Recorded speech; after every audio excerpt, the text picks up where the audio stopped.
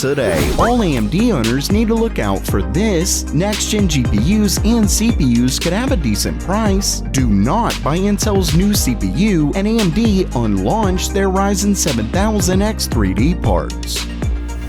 Welcome everyone to Gamer Melt.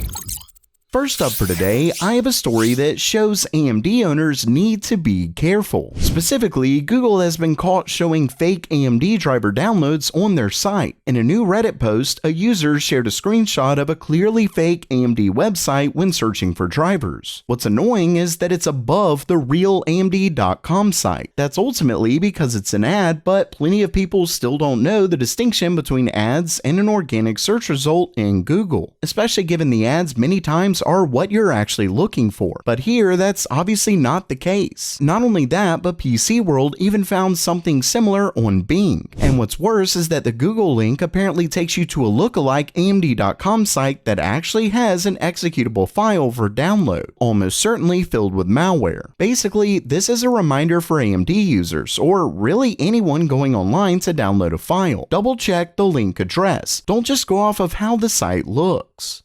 Next up, start your new year off right by getting awesome new PC hardware at the #1 place I recommend, and they're today's sponsor, Micro Center, a veritable heaven for tech lovers and PC enthusiasts. I mean, it's a place you can go with a literal wall of motherboards. You can't beat that. Plus, they really know their stuff. From helping you with your PC builds to diagnosing and repairing issues, Micro Center staff has you covered. And this is actually something I can personally vouch for, because I got parts for my first ever PC build at Micro Center, and their staff are really helpful. They actually helped me pick out a better motherboard for what I needed, and while it's been many years now, they're still the best place to go. Plus, they're offering my viewers this amazing exclusive $25 off all CPUs for first-time buyers. Just visit my link in the description and fill out the form. Once again, that link is in the description below.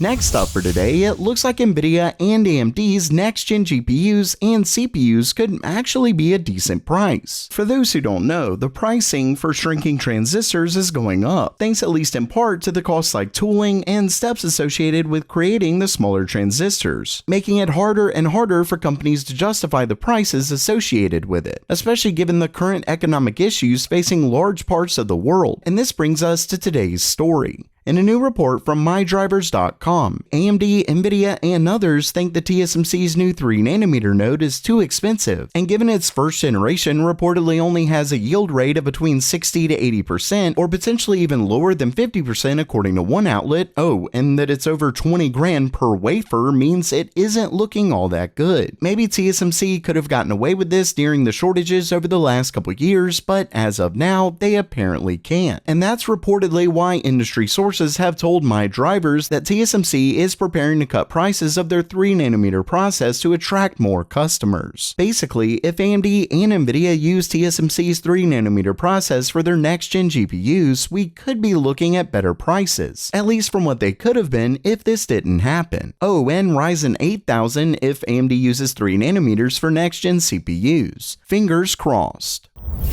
Next up, Intel's new 6GHz CPU has officially been released. It was actually announced the same day that it went on sale, and I'm just gonna start by saying do not buy this crap. Please. Seriously, it's just sad at this point. The CPU is of course the 13900KS, and it's a whopping $699 MSRP, and it's selling for $729 on Newegg and even more on Amazon. Now, what's wild is that it was not seeded out to reviewers, and for a pretty obvious reason. Not even Intel believes in this. Luckily, Hardware Unboxed was able to get their hands on a unit, and they have a review. Starting things off, in productivity, the CPU got a bit of a jump in performance over the 13900K, though nothing huge, especially nothing to justify that price jump. Luckily, it was able to do this without really a jump in power draw thanks to the bin silicon requiring lower voltage. Moving over to gaming, things go downhill fast for the 13900KS. As we see in this 11 game average, it's barely faster than the 13900K. I'm talking 4.8% faster with an unreal DDR5 7200 memory and margin of error type difference of 1.7% without that insane memory speed. So it's effectively nothing, and that's at 1080p using a 4090. Really, this is a good point to make in general for gaming. At this point, if you have a new CPU, it's not all that important. Even going lower resolution with the best GPU, most do very well. To top it off, he also claims that the KS model spits a ton of heat in your system, will thermal throttle unlike AMD's 7950X and gets over 100 degrees Celsius. I mean, it's really just sad, especially given we're talking over $100 more than Intel's 13900K. At the end of the day, I do not suggest buying Intel's new 13900KS, even if you're one of those who don't mind paying a ton for the best, as AMD's Ryzen 7000 X3D parts are set to come soon as well, and could end up being the fastest gaming CPUs out there.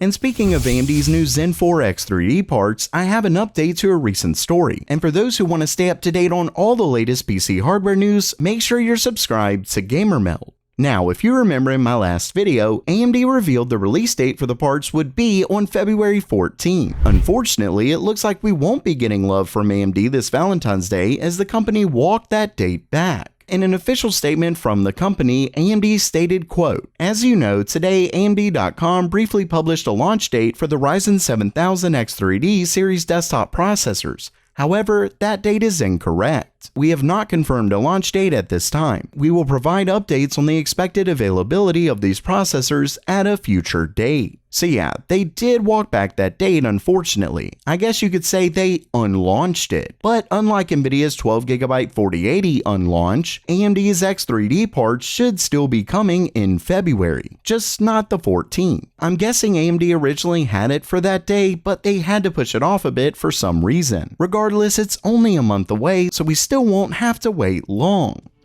So while that does it for today, are you pumped for the upcoming X3D parts, or are you actually excited about this 13900KS? Let me know down in the comments below. And don't forget to check out the deal from Micro Center in the description below. And as always, have a great day.